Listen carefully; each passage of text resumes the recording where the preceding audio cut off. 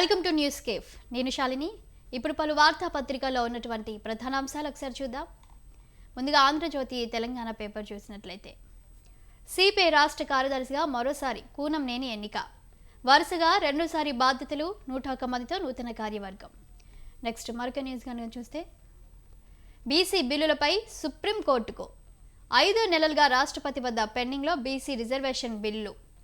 రాష్ట్రాలు పంపిన బిల్లులపై రాష్ట్రపతి 90 రోజుల్లో తేల్చాల్సిందేనని గతంలో సుప్రీంకోర్టు స్పష్టీకరణ. బీసీ బిల్లులకు ఇది వర్తిస్తుందని సర్కారు యోచన. సుప్రీంకు వెళ్తే పంచాయతీ ఎన్నికల నిర్వహణకు హైకోర్టును మరింత గడువు కోరే అవకాశం. నేడు టీపీసీసీ పీఏసీ సమావేశంలో చర్చ. 25న కేబినెట్ 42%పై ప్రభుత్వపర నిర్ణయం అని కూడా మనం చూడొచ్చు.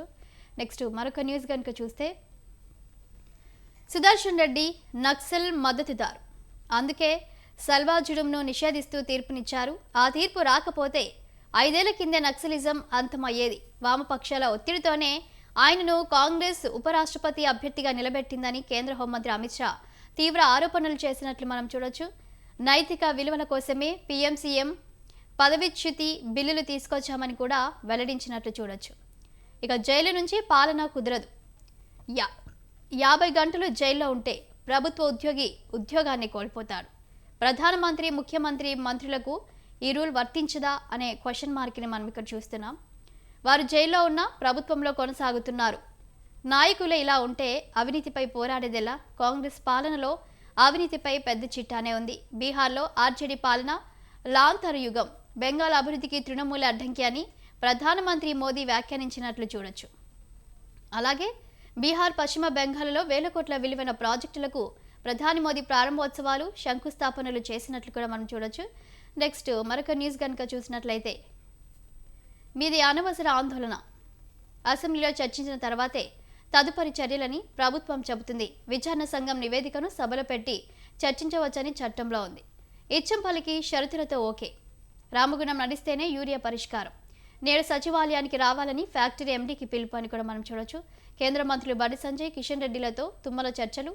10 రోజులుగా కర్మాగారం నడవకపోవడంతో సరఫరాపై ప్రభావం. మరమ్మతులు పూర్తయి ఉత్పత్తి మొదలవడానికి మరో 10 రోజులు అన్నట్లు చూడొచ్చు. సూరవరం ఇక లేరు. సిపిఐ అగ్రనేత సూరవరం సుధాకర్ రెడ్డి కన్నుమూసినట్లు తెలుస్తుంది. నెక్స్ట్ అక్రమ కేబుళ్లన్నీ తొలగించండి, అనుమతి ఉన్న వాటిని కూడా ప్రమాదకరంగా ఉంటే తీసేయనని కూడా జస్టిస్ నగేష్ భీమపాక ఆదేశించినట్లు చూడొచ్చు. చోరీ కోసం వచ్చి పట్టుబడొద్దని, మరి 9 ఏళ్ల బాలికని 10వ తరగతి చదువుతున్న విద్యార్థి చంపేసిన ఆ యొక్క న్యూస్ని మనం ఇక్కడ చూడొచ్చు. మరొక న్యూస్ కనుక చూస్తే 5 ఎమ్మెల్యేలకు స్పీకర్ నోటీసులు. త్వరలోనే మరో 5 ఇచ్చే అవకాశం. బీఆర్ఎస్ ఫిర్యాదుపై వివరణ ఇవ్వాలనే ఆదేశం. సుప్రీంకోర్టు తీర్పు మేరకు విచారణ దిశగా అడుగులు. ఎమ్మెల్యేలపై చర్యలుంటాయా, పెండింగ్ అనేది కూడా ఉత్కంఠగానే ఉంది. ఇక ఇవి ఆంధ్రజ్యోతి తెలంగాణలో ఉన్నటువంటి ప్రధాన అంశాలు. ఇక ఏపీ విషయానికి వస్తే పింఛన్పై ఫేక్ రచ్చ, కూటమి ప్రభుత్వంపై వైసీపీ విషయం, దివ్యాంగుల పింఛన్ తొలగింపుపై అసత్యాలు అన్నట్లు కూడా మనం చూస్తూ ఉన్నాము. చేయి ఉన్నా లేనట్టు నటిస్తూ వీడియో వైసీపీ సోషల్ మీడియా కార్యకర్త డ్రామాలు ఆడుతున్నారు అన్నట్లు కూడా అక్కడ హెడ్లైన్ చూడొచ్చు. ప్రజాస్వామ్యంలో సంక్షేమం తప్పనిసరి, ఆర్థిక అభివృద్ధిలో అందరికీ భాగస్వామ్యం అని, పేద ధనిక అంతరం తగ్గించడానికే P4 అని కూడా మరి సీఎం చంద్రబాబు చెప్పినట్టు కూడా మనం చూడొచ్చు. ఇక ఎన్డీఏలో కీలకంగా ఉన్నటువంటి చంద్రబాబు ఉపరాష్ట్రపతి మరి నామినేషన్ వేసినటువంటి రాధాకృష్ణన్కు మద్దతు ఇచ్చినట్లు కూడా తెలుస్తోంది. అంతా పై వాళ్ళకే తెలుసు. వైసీపీ హయాంలో ఎక్సైజ్ మంత్రిగా విధులు, పుత్తూరులో 7 గంటలు ప్రశ్నించిన సిట్. మద్యం పాలసీపై నారాయణ స్వామి మాట, పాలసీ మార్పు, ముడుపులపై ప్రశ్నలు అన్ని వాళ్లే నిర్ణయించారన్న Swami. Laptop, mobile phone seize, body కెమెరాలు ధరించి ఇంట్లోకి మొత్తం రికార్డ్ చేసిన అధికారులు అని కూడా మనం చూస్తూ ఉన్నాము. గోదావరి లెక్కల్లో స్పష్టత ఇది. నిలకడగా గోదావరి, మిగులు జలాలు తేల్చకుండా కావేరి వరకు అనుసంధానం ఎలా అనే ఒక మరి క్వశ్చన్ మార్క్ మనం చూడొచ్చు. ఛత్తీస్గఢ్ 147 టీఎంసీలను వాడుకుంటే ఈ పథకానికి నీళ్ళెక్కడానికి కూడా మరో క్వశ్చన్ ఇక్కడ మనం చూడొచ్చు. ఇక ఇవి ఏపీలో ఉన్నటువంటి ప్రధాన అంశాలు. ఇక వీటిపై విశ్లేషణ అందించడానికి విశ్లేషకులు అందే సత్యం గారు ఉన్నారు. వారిని అడిగి తెలుసుకుందాం. Good morning sir. Good morning sir. Good morning. Good morning sir, మనం ప్రధానంగా ఒక వార్తనైతే వింటూ ఉన్నాము. జైలు నుంచి పాలన కుదరదు అని. 50 గంటలు జైల్లో ఉంటే ప్రభుత్వ ఉద్యోగి ఉద్యోగాన్ని కోల్పోతాడు. మరి ప్రధానమంత్రి కానీ ముఖ్యమంత్రి మంత్రులకు ఈ రూల్ వర్తించదని కూడా ప్రధానమంత్రి మరి క్వశ్చన్ చేస్తున్నట్లు మనం చూడొచ్చు. వారు తెచ్చిన బిల్లును ఎలా చూడాలంటారు? వారు జైల్లో ఉన్న ప్రభుత్వంలో కొనసాగుతున్నారు. జైల్లో ఉండి అవినీతికి పాల్పడి మరి పరిపాలన సాగించడాన్ని ఎలా చూడాలంటారు? ఏదైనా కోర్టులలో శిక్ష పడి ఆ తర్వాత జైల్లో ఉంటే అప్పుడు పదవి రద్దు కావటం అనేటువంటిది సహజం. అది వాస్తవానికి దగ్గరగా ఉంది. అట్లా కాకుండా ఇవాళ ఈడీ, సిబిఐ ఇలాంటి సంస్థల్ని కేంద్ర ప్రభుత్వాలు వాడుకుంటున్నాయి.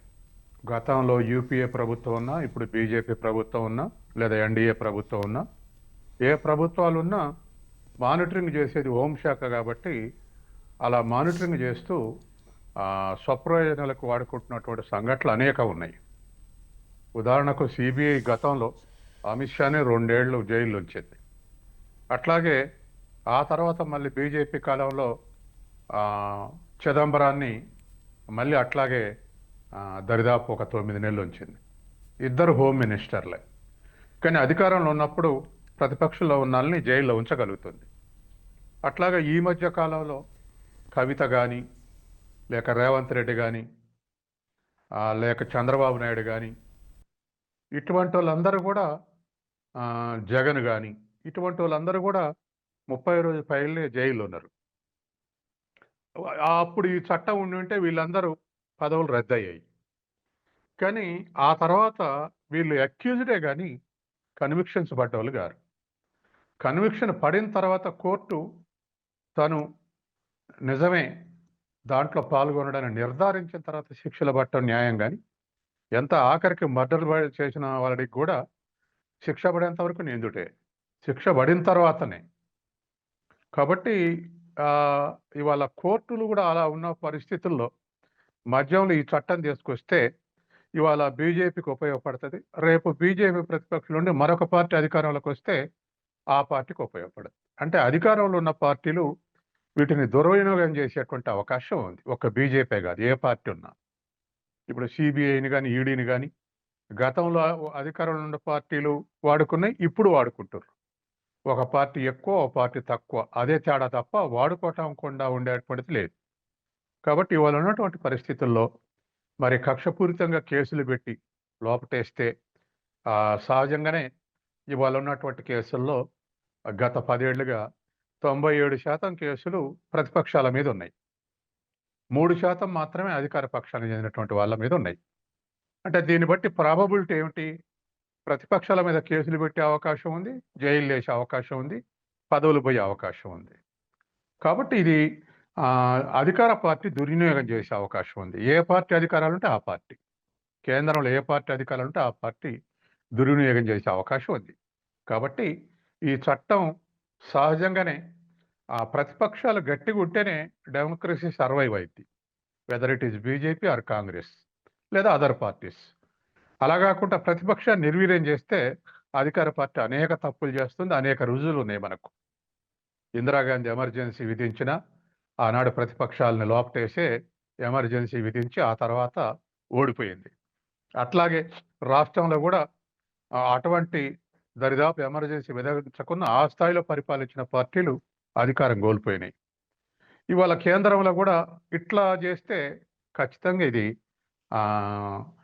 మేధావులు కానీ లేదా నిపుణులు కానీ దీన్ని సమర్థించరు. కాబట్టి ఒకటే, చట్టం కరెక్ట్ అనిపిస్తుంది. కానీ ఈడీ, సిబిఐ పెట్టే కేసులు కూడా అట్లే 30 రోజులు, 60 రోజులు, 70 రోజులు జైలు ఉంటే రద్దు అయితే అంటే ప్రజలు అనుకున్నటువంటి మనిషిని ఒక సంస్థ కేసు పెడితే పదవి రద్దు అయితే దానికి ఏం విలువ ఉంటుంది? రాష్ట్ర ప్రజలందరూ ఓటు చేసి ఒక ముఖ్యమంత్రిని ఎన్నుకుంటే ఈడీ కేసు పెట్టి 30 రోజులు లోపేస్తే ఈ మొత్తం రాష్ట్ర ప్రజల యొక్క తీర్పు ఒంబైద్ది కదా. కాబట్టి ఇది ఏమైనా దీన్ని మరొకసారి పరిశీలించడం అవసరం.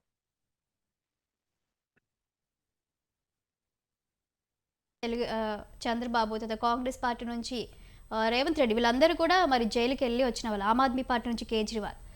మరి బీజేపీలో ఎవరు లేరా గతంలో? ఒకవేళ ఫ్యూచర్లో కనుక ఇప్పుడైతే అధికారంలో ఉంది కేంద్రంలో ఎన్డీఏ త్రూ, మరి ఒకవేళ నెక్స్ట్ అధికారం కోల్పోతే వాళ్ళ మీద కేసులు పెట్టకు వీళ్ళ జైల్లో వేస్తే వాళ్ళు కూడా మరి ఈ శిక్షకి అందు అర్హులేనా? ఆ- అందుకే నేను చెప్పేది, ప్రతిపక్షంలో ఎవరుంటే వాళ్ళు నష్టపడతారు అనేది. రేపు బీజేపీ ప్రతిపక్షంలో ఉంటే, గతంలో ప్రతిపక్షంలో ఉన్నప్పుడు ఇప్పుడు హోమ్ మినిస్టర్గా ఉన్నటువంటి అమిత్ షాని అరెస్ట్ చేశారు, చాలా కాలం జైల్లో ఉన్నాడు. Yes sir. కాంగ్రెస్ ప్రభుత్వం కేసు పెట్టింది. ఆ తర్వాత బీజేపీ అధికారంలో వచ్చినాక మళ్ళీ అదే హోమ్ మినిస్టర్ చిదంబరం మీద కేసు పెట్టింది. చిదంబరం కూడా 8-9 నెలలు జైల్లో ఉంది. అంటే మరి ఈడీ సిబిఐ ప్రతిపక్షంలో ఉన్నప్పుడే ఎందుకు ఎక్యూజ్ చేస్తుంది? ఆ, అమిత్ షా ప్రతిపక్షంలో ఉన్నప్పుడు ఎక్యూజ్ చేసింది, మళ్ళీ ఇటు ఆ, చిదంబరం ప్రతిపక్షంలో ఉన్నప్పుడు ఎక్యూజ్ చేసింది. కాబట్టి ప్రతిపక్షంలో ఉన్న వాళ్ళు నష్టపడతారు. చట్టం అందరికీ ఒకే తీరుగా వర్తించాలి, అలా వర్తించదు. కాబట్టి ఇప్పుడు బీజేపీకి లాభం కలగవచ్చు, రేపు ప్రతిపక్షాలు ఉంటే వాళ్ళు కూడా నష్టపోతారు. కాబట్టి ఏదేమైనా ఈ చట్టాన్ని కేంద్రంలో అధికారంలో ఉన్నటువంటి సంస్థలు ఒక్కొక్కసారి రాష్ట్రంలో కూడా ఏసీబీ కేసులు పెట్టి కూడా అటువంటివి చేయొచ్చు. అందుకే ఇవాళ ఉన్నటువంటి పరిస్థితుల్లో ఇది ఏమైనా ఈ చట్టాన్ని ఆలోచించాల్సిన అవసరం ఉంది, 1-10 సార్లు.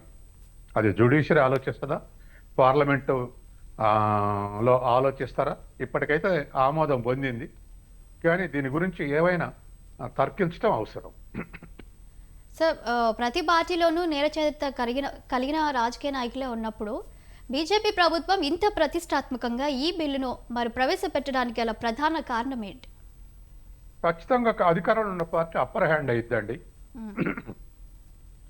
దేశంలో తక్షణమే బీజేపీకి వచ్చినటువంటి ప్రమాదం ఏం లేదు, ఇంకా 4 ఏళ్ళు ఉంది. ఆ తర్వాత మళ్ళీ కూడా ఆశిస్తుండొచ్చు. కాబట్టి మాకు ఉపయోగపడుతుంది అనుకున్నప్పుడు ఈ చట్టం తెస్తే దుర్వినియోగం అవుతా ఉంటే దాని మీద విమర్శలు పెరుగుతాయి. దుర్వినియోగం చట్టం అవైలబిలిటీ ఉంటే, అవకాశాలు ఉంటే, అననుకూలత ఉంటే ఉపయోగించకుండా ఉండే పార్టీ ఉండదు. ఏ పార్టీ అయినా ఉపయోగించుకుంటుంది. ఇప్పుడు బీజేపీ ఉపయోగించుకుంటుంది, తర్వాత మరో పార్టీ అధికారంలోకి వస్తే మరో పార్టీ అధికారంలో ఉంచుకుంటుంది. ఇప్పుడు స్వతంత్రంగా మొన్ననే సుప్రీంకోర్టు ఈడీ మీద కామెంట్ చేసింది. మీరు పెట్టిన కేసుల్లో 5,000 కేసులు పెడితే 5-10 నిలబడేదని ప్రశ్నించింది. దానికి జవాబు చెప్పకుండా ఈడీ ఏదో మేము పని చేస్తున్నాం 23,000 కోట్లు స్వాధీనం చేసుకుని అది చెప్తుంది. ఇది చెప్పలే ఎందుకు ఎక్విటల్ అవుతున్నాయి అనేది. ఎందుకు ఎక్విటల్ అవుతున్నాయి? ఎవిడెన్స్లు లేకనా? కాదు, ఎవిడెన్స్లు ఉన్నప్పటికీ కూడా రాజకీయ సమీకరణలు మారుతాయి, కోర్టు ముందు ప్రొడ్యూస్ చేయరు, దాంతో ఎక్విటల్ అవుతున్నాయి, వీగిపోతున్నాయి. కాబట్టి సంస్థ యొక్క క్రెడిబిలిటీ పోట్లే ఇట్లా జరగటం వల్ల. ఏ సంస్థ అయినా సిబిఐ కానీ, ఈడీ కానీ, ఐటీ కానీ. కాబట్టి ఈ ఆస్పెక్ట్లో మనం ఏదేమైనా ఒక డెమోక్రటిక్ ఆలోచించాలి, పార్టీల దృష్టి ఆలోచించకుండా డెమోక్రటిక్ ఆలోచించాలి. ఎందుకంటే రాజ్యాంగం ఒక నిబంధన పెట్టింది, చట్టాన్ని అమలు చేసేది, సమీక్షించేది జ్యుడిషియరీ. ఈ సమీక్షలో అతను నిజమే అని తేలితే, శిక్ష పడితే, శిక్షార్హుడే తేలితే అప్పుడు మాత్రమే లెక్కలోకి తీసుకుంది ఏ విషయమైనా.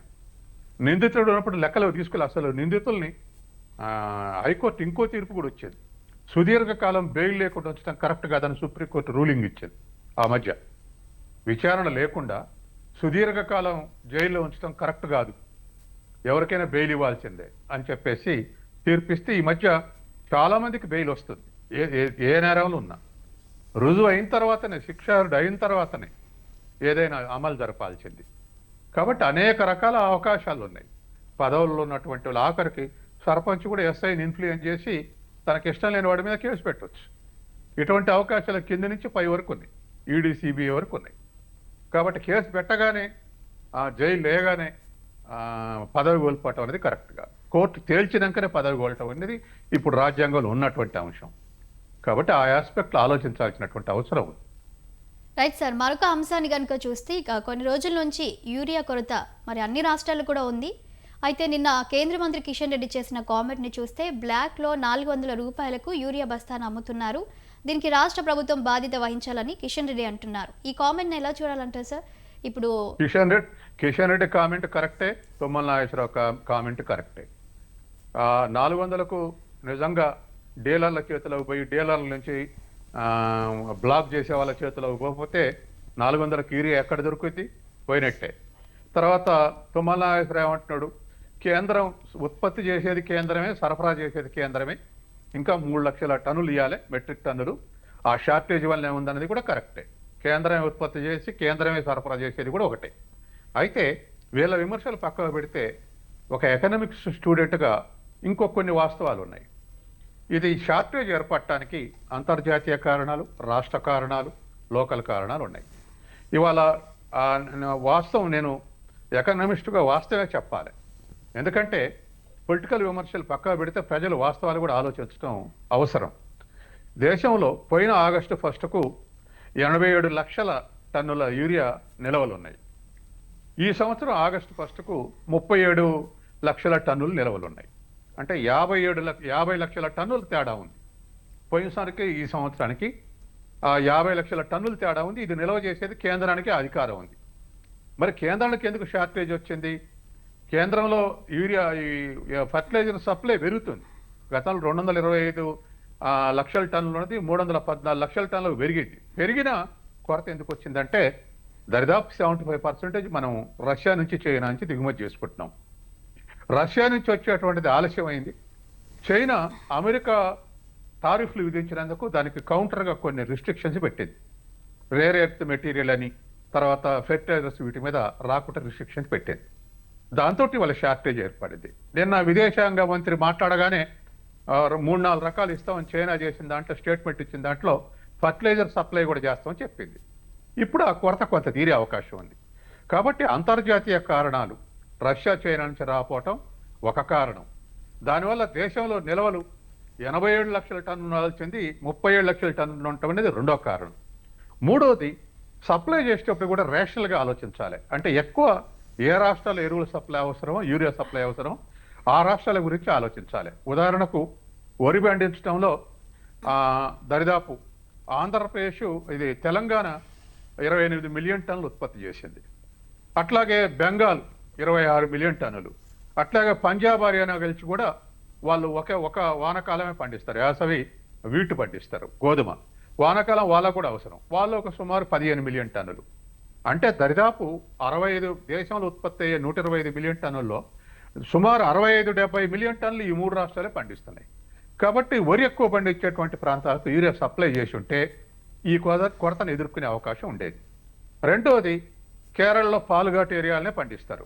అట్లే తమిళనాడులో తంజావూరులనే పండిస్తారు. అట్లే ఉత్తరప్రదేశ్లో వెస్టర్న్ ఉత్తరప్రదేశ్లోనే పండిస్తారు. కొన్ని ప్రాంతాలని, అట్లాగే రాజస్థాన్, గుజరాత్లో ఇందిరాగాంధీ కెనాల్ కిందనే పండిస్తారు. కొన్ని ప్రాంతాల్లో పండిస్తారు. కానీ 3 రాష్ట్రాలు మాత్రం పూర్తిగా పండిస్తారు, ఈ 4 రాష్ట్రాల్లో. కాబట్టి ఒక రేషనల్ డిస్ట్రిబ్యూషన్ ఉంటే బాగుండేది. తర్వాత మరొక అంశం ఏంటంటే, ఇవాళ రాష్ట్రంలో మరి కేంద్ర మంత్రి చెప్పే ప్రకారం అదవరకే 2 మిలియన్ టన్నులు నిల్వలు ఉన్నాయి, రబీలు ఇచ్చినాయి. ఇప్పుడు 5 ఇచ్చాం, 7 మిలియన్ టన్నులు 75% సరిపోయాయి. కాబట్టి ముందే డీలర్లకు ఉన్న నిల్వలు డీలర్లకు సప్లై చేస్తే వాళ్ళు బ్లాక్లో పెట్టి అమ్ముతుర్రు అనేది వాస్తవం. ఎందుకంటే ఎవరిచ్చిర్రు, ఎట్లా పోయింది అనేటువంటిది తేల్చకపోయినా బ్లాక్లో 400 దొరుకుతుందంటే ఖచ్చితంగా బిఫోర్ డిస్ట్రిబ్యూషన్ ఇది వాళ్ళకు చేరింది. కాబట్టి లోకల్గా కూడా దాన్ని నివారించాల్సి ఉండే. గతంలో ఒకటి జరిగింది, కందిపప్పు 160 రూపాయలకు పోయింది కేజీ. సిబి ఆనంద్ కమిషనర్గా ఉండే కందిపప్పు నిల్వల మీద దాడులు చేస్తే వెంటనే బజార్కి వచ్చిన తర్వాత, కందిపప్పు మార్కెట్లోకి వచ్చిన తర్వాత 100 రూపాయలకు తగ్గింది యథావిధిగా. ఇవాళ అక్రమంగా నిల్వ చేసినటువంటి ఎరువుల గోడౌన్ల మీద దాడులు చేయాల్సినటువంటి అవసరం ఉంది.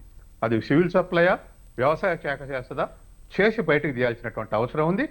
ఇవాళ సప్లై కేంద్రం నుంచి కూడా ఏదో ఒక 50 మిలియన్ టన్నులు ఇతర రాష్ట్రాల నుంచి సరుతున్నామన్నారు. ఇంకొంత 2-3 రోజుల్లో వస్తుంది అంటున్నారు. ఇది వాస్తవం. కాబట్టి కేంద్ర దగ్గర నిల్వలో డిమాండ్ సప్లై తేడా ఉండటంతో ఈ మొత్తం వచ్చింది. కొంత బ్లాక్లో పోవటం వల్ల కూడా ఇంకో కొంత సమస్య వచ్చింది. ఏదేమైనా ఇవాళ మనకు 65లో గ్రీన్ రెవల్యూషన్ వచ్చినాడు, మనం ఆహార ధాన్యాలు లేనాడు 50 మిలియన్ టన్నులు, ఇప్పుడు 340 మిలియన్ టన్నులకు చేరుకుంది. మన దేశం 140 కోట్ల మందికి అవసరాలు తీర్చగా ఎగుమతి చేస్తున్నాం. ఇటువంటి రంగంలో పనిచేసేటువంటి రైతులను ఇబ్బంది గురి చేయడం కరెక్ట్ కాదు. కేంద్ర రాష్ట్ర ప్రభుత్వాలకు దీని గురించి ఆలోచించాల్సిన అవసరం ఉంది. రైట్ సార్, మరొక అంశాన్ని కనుక చూస్తే కుకట్పల్లిలో 9 ఏళ్ల బాలికను 10వ తరగతి చదువుతున్న బాబు హత్య చేయడాన్ని మనం వింటూ ఉన్నాము. ఏ స్కూల్లో కానీ ఏ టీచర్ అయినా కూడా ఒక స్టూడెంట్ చెడిపోవాలని ఎవరు చెప్పరు. కానీ ఈ 10th క్లాస్ అనేది స్టూడెంట్స్కి వాళ్ళ కెరియర్కి ఒక టర్నింగ్ పాయింట్ మొట్టమొదటిది. కానీ ఇక్కడ చూస్తే ఏ జనరేషన్లో అయినా కూడా హత్యలు, ఆత్మహత్యలు అనేది మనం చూస్తూ ఉన్నాం. కానీ ఇక్కడ చూసినట్లయితే దొంగతనానికి వెళ్ళి బాలికను హత్య చేయడాన్ని ఎలా చూడాలంటారు? సమాజం ఎటుపోతుంది సార్? బెట్టింగ్ యాప్స్ వల్ల, తర్వాత గేమింగ్ యాప్స్ వల్ల కూడా సూసైడ్ చేసుకుంటున్న ఘటనలు మనం రోజు వింటూనే ఉన్నాం. దీనిపై ఏమంటారు సార్? 2 భాగాలండి. ముందు ఈ అమ్మాయిది ఇన్సిడెంట్ ఇంకా గేమింగ్ గురించి చెప్తా. ఉదాహరణకు ఇవాళ గత 91 తర్వాత ప్రపంచీకరణ వచ్చినాక ఈ 35 ఏళ్లలో మనం 3 ఇష్యూస్ రెగ్యులర్‌గా అన్ని చోట్ల డిబేట్ అయితుంది. ఒకటి economic issues, 2 social issues, 3 cultural issues. ఈ అమ్మాయి యాక్చువల్‌గా ఈ 3 ఇష్యూస్ ఉన్నాయి. ఫస్ట్ ఎకనామిక్ ఇష్యూస్ ఏమిటంటే పిల్లగాడి తల్లిదండ్రుల పేదరికం, తర్వాత తండ్రి తాగుబోతు కావటం, తర్వాత తల్లి అరకొర ఆదాయంతో బతకటం, పిల్లగాని కోరికలు ఎక్కువ ఉంటాం. ఉదాహరణకి ఆ ఏజ్లో క్రికెట్ అని ఇంకా అవుతాయని, కాబట్టి నాకు క్రికెట్ కిట్ కావాలి, తర్వాత ఇతర లగ్జరీస్, బేకరీకి పోయి రావాలి, మంచి బట్టలు వేసుకోవాలి, ఆ ఏజ్లో గడిగేటువంటి నా కోరికలు కలగటంతో ఎకనామిక్ కండిషన్స్ బాగలేక ఆ పిల్లగాడి ఆలోచనలు మార్చినాయి. తర్వాత రెండో ఇష్యూ సోషల్ ఇష్యూస్ ఏమిటంటే బాధ్యతగా పెంచకపోవటం. తండ్రి తాగుబోతైనాక బాధ్యతగా పెంచేటువంటి అవకాశం లేదు. అది పిల్లల మీద కూడా ఎఫెక్ట్ పడుతుంది. అనేక మంది తాగుబోతులు ఉన్నటువంటి తల్లిదండ్రుల పిల్లలు బాధ్యతారహితంగా వ్యవహరించడం మనం చూస్తున్నాం. పిల్లలు కూడా తాగుడుకు అలవాటు అయ్యేటువంటి పరిస్థితులు మనం చూస్తున్నాం. కాబట్టి ఈ సోషల్ కండిషన్స్ కూడా మనం ఆలోచించాలి. మూడవది కల్చరల్ ఇష్యూస్. అంటే ఇవాళ టీవీలు, తర్వాత వెబ్సైట్లు, ఇటువంటివన్నీ చూసి పిల్లలు ఇన్ఫ్లుయెన్స్ అవుతున్నారు. ఒకప్పుడు 50 ఏళ్ల కింద ఎవరు ఇన్ఫ్లుయెన్స్ అంటే ఇంట్లో పేరెంట్స్, తర్వాత స్కూల్లో టీచర్స్, వీళ్ళిద్దరే పిల్లల మీద కెరీర్ మీద ప్రభావం ఉండేది. తల్లిదండ్రుల బిహేవియర్, టీచర్స్ యొక్క బిహేవియర్. కానీ ఇప్పుడు వచ్చే వరకల్లా వాళ్ళది లేకుండా ఎక్కువ డామినెంట్ ఇవాళ టీవీలది, తర్వాత సెల్ ఫోన్లది, ఇంటర్నెట్ది, దీని ప్రభావం ఎక్కువ ఉంటుంది. ఆ పిల్లవాడు చెప్పాడు ఏమని, నేను వెబ్సైట్లో అన్ని హర్రర్ మూవీస్ చూస్తుంటా, హర్రర్ ఇన్సిడెంట్స్ చూస్తా అని చెప్పాడు. కాబట్టి దరిదాపు యూట్యూబ్లో అన్నీ తెలిసిపోతున్నాయి పిల్లవాళ్ళకు. హత్యలు ఎట్లా చేయాలనో, ఇతర అసాంఘిక కార్యక్రమాలకు ఎట్లా పడాలనో, ఇదంతా ఒక కల్చరల్ ఇష్యూస్. ఈ కల్చరల్ వ్యవహారం మనకు అనేక రకాలుగా దిగుమతి ఉన్నది. ఇంకా ఒక 50 ఏళ్ళు ముందు పోతే ఇవేవి తెలియదు పిల్లలకు. కానీ ఇప్పుడు వచ్చే వరకు 10th క్లాస్ పిల్లలు ఇంటర్నెట్ చూస్తున్నాడు, వీటన్నిటికీ ఇన్ఫ్లుయెన్స్ అయ్యాయి ఉన్నాడు. కాబట్టి ఈ 3 కారణాలతోటి ఇవాళ ఎటువంటి ఇన్సిడెంట్ జరిగింది. కాబట్టి పిల్లల్ని కొన్ని దేశాల్లో పిల్లలకు 18 ఏళ్ల లోపు పిల్లలకు ఇంటర్నెట్ని నిషేధించారు, చూడటానికి వీల్లేదని. కాబట్టి ఏదో విధంగా ఈ 3 ఆస్పెక్ట్లో ప్రభుత్వాలు ఆలోచించాల్సినటువంటి అవసరం ఉంది. పేరెంట్స్ కూడా ఆలోచించాల్సిన అవసరం ఉంది. కాబట్టి ఇవాళ ఉన్నటువంటి పరిస్థితుల్లో ఇది ఒక ఆ ప్రాబ్లం కింద చూడాలి. అందుకని ఇటువంటి ఇన్సిడెంట్ జరిగింది. తర్వాత గేమింగ్ యాప్ మనం మోరల్గా చూసినా లేదా హ్యుమానిటేరియన్ దృష్టి చేసిన కేంద్ర ప్రభుత్వం నిషేధించడం కరెక్టే. కానీ ఎకనామిక్ ఆస్పెక్ట్ చూస్తే దీని మీద కొంత నెగిటివ్ ప్రభావం ఉంది. ఎట్లా అంటే ఇవాళ 2 లక్షల కోట్ల పెట్టుబడి ఉంది ఈ గేమింగ్ యాప్స్లో. 2 లక్షల కోట్ల పెట్టుబడి ఇప్పుడు ఈ నియంత్రణ లేనటువంటి ఇంగ్లాండ్, ఇతర దేశాలకు పోయే అవకాశం ఉంది పెట్టుబడులు. రెండవది ప్రత్యక్షంగా పరోక్షంగా 25,000 కోట్ల పన్నులు వస్తున్నాయి, ఇండైరెక్ట్ డైరెక్ట్ ట్యాక్సెస్ ద్వారా. రెవెన్యూ ఒక 30,000 కోట్ల రెవెన్యూ వస్తుంది. ఒక 2 లక్షల మందికి ప్రత్యక్షంగా పరోక్షంగా ఉపాధి లభిస్తుంది. ఇవన్నీ కూడా ఇవాళ కోల్పోయే అవకాశం ఉంది. కాబట్టి ఎకనామిక్గా కోల్పోయినా ఇవాళ మోరల్ ఆస్పెక్ట్లో కానీ, యంగ్స్టర్స్కి జరుగుతున్నటువంటి నష్టాలు కానీ, ఆత్మహత్యలు కానీ, వీటి దృష్ట్యా చూస్తే ఇది దారుణమైనటువంటి పరిస్థితికి ముందు దారితీసే అవకాశం ఉంది. కాబట్టి నిషేధించింది. మనం ఈ నిషేధాన్ని సమర్థించాలి కూడా. రైట్ సార్, పలు అంశాలపై విశ్లేషణ అందించినందుకు థ్యాంక్ యూ అందే సత్యం గారు. ఇది వాళ్ళ న్యూస్ కేఫ్. మరో న్యూస్ కేఫ్తో మళ్ళీ కలుద్దాం. చూస్తూనే ఉండండి స్వతంత్ర.